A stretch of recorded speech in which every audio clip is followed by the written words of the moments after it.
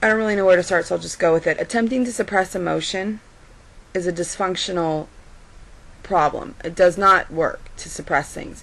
Emotions are energy, and emotion equals energy in motion. So it's supposed to be in motion, meaning it's supposed to flow. Emotions have a purpose, a very good reason to be, even these emotions that feel uncomfortable to us. Fear is a warning, anger is for protection, and tears are for cleansing and releasing. These are not negative emotional responses. However, we were taught to react negatively to them. So it is actually our reaction that is dysfunctional and negative, not the emotion. The way to stop reacting out of our inner child is to release the stored emotional energy from our childhood by doing grief work that will heal our wounds.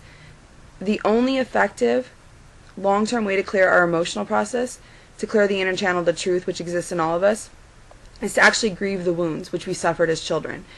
And the most important single tool, the tool which is vital to changing behavior patterns and attitudes in this healing transformation, is the grief process, the process of grieving. We are all carrying around repressed pain, terror, shame, rage, energy from our childhood, whether it was 20 years ago, 50 years ago, or 5 years ago. However, it probably wasn't 5 years ago. It's just some of us act like we're still children. Anyway, we have this grief energy within us, even if we came from a relatively healthy family, because the society is emotionally dishonest and dysfunctional. So, emotions are basically energy that's manifested in our bodies, and they exist below the neck.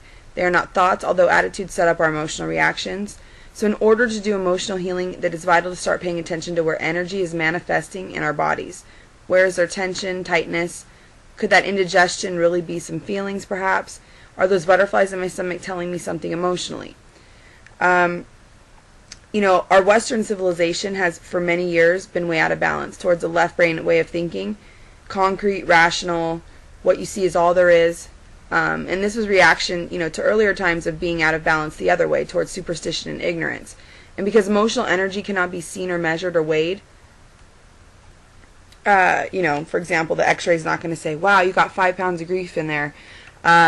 Emotions were discounted and have been devalued. This has recently started to change a lot more, and somewhat in recent years, because most of us grew up in a society that taught us that being too emotional was a bad thing, that we should avoid, weakness. You're weak if you cry. You're not strong. You're not a man. You're not, big girls don't cry. I think there's a song that says that. And even certain cultures, subcultures give more permission for emotions, but those are usually out of balance to the other extreme of allowing emotions to rule.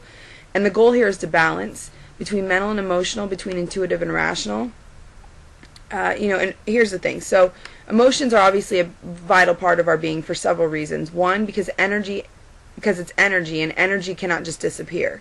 The emotional energy generated by the circumstances of our childhood and early life do not go away just because we're forced to deny it. It is still trapped in our body, in a pressurized, explosive state, and as a result of being suppressed, and if we don't learn to release these things in a healthy way, then it's going to explode outward or implode back on us. And eventually it will transform us into some other form, such as cancer. Number 2, as long as we have pockets of pressurized emotional energy that we have to avoid dealing with, those emotional wounds will run our lives. We use food, cigarettes, alcohol, drugs, work, religion, exercise, meditation, television, etc., to help us keep suppressing that energy that's inside, and to help keep ourselves focused on something else. Anything else besides the emotional wounds that terrify us.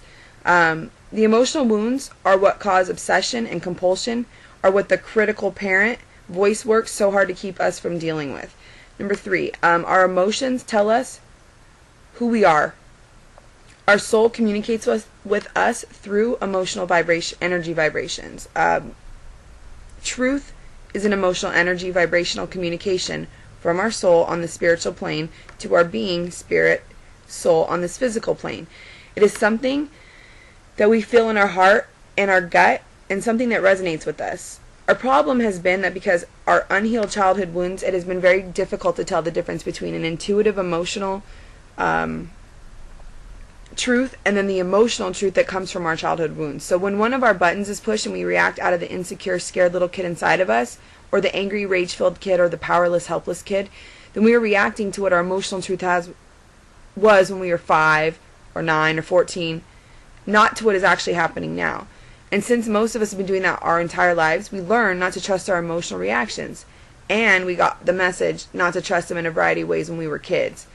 Number 4 is that we are attracted to people that feel familiar on an energetic level, which means until we start clearing our own emotional process, people that emotionally, vibrationally feel like our parents did when we were very little kids, and we're going to keep attracting that. So at a certain point in my own process, I learned that if I met a man who felt like a soulmate, for example, that the chances were pretty huge that he was one more unavailable man that fit my pattern of being attracted to someone who would reinforce the message, of my own insecurities.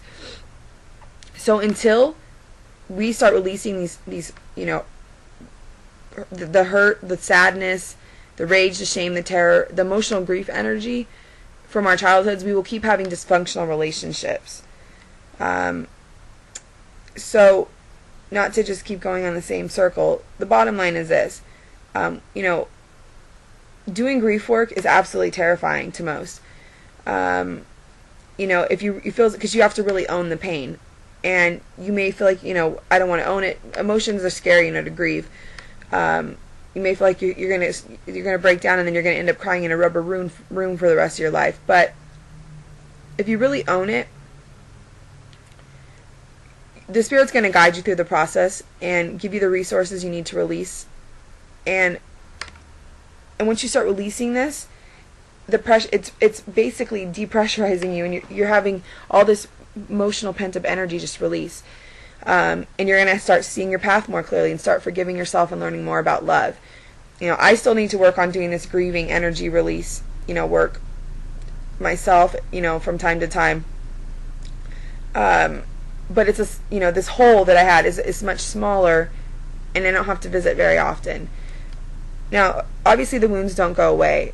The point is they have less power to dictate your life as you begin to heal. Once that wounded part of you starts to heal, you also start getting to know and have compassion for yourself. And you need to have that balance, because you can't live in those negative feelings. You need to own and honor them in order to own and honor yourself. And you need to learn also, and this is speaking for myself, but I think we need to have internal boundaries that will allow us to find some balance in our life, allow us to trust the process of a higher power. When you're on a spiritual journey and the force is within you, it will help guide you as you face the terror of owning how painful and our human experience can be. And the more we are able to release these feelings and emotional energy, the more clearly we can tune into the emotional energy that is truth, love, and light, joy, beauty, coming from the source energy. So I hope that that makes sense and helps some of you guys. Anyway, have a great weekend. Love you all. Love and light. Bye.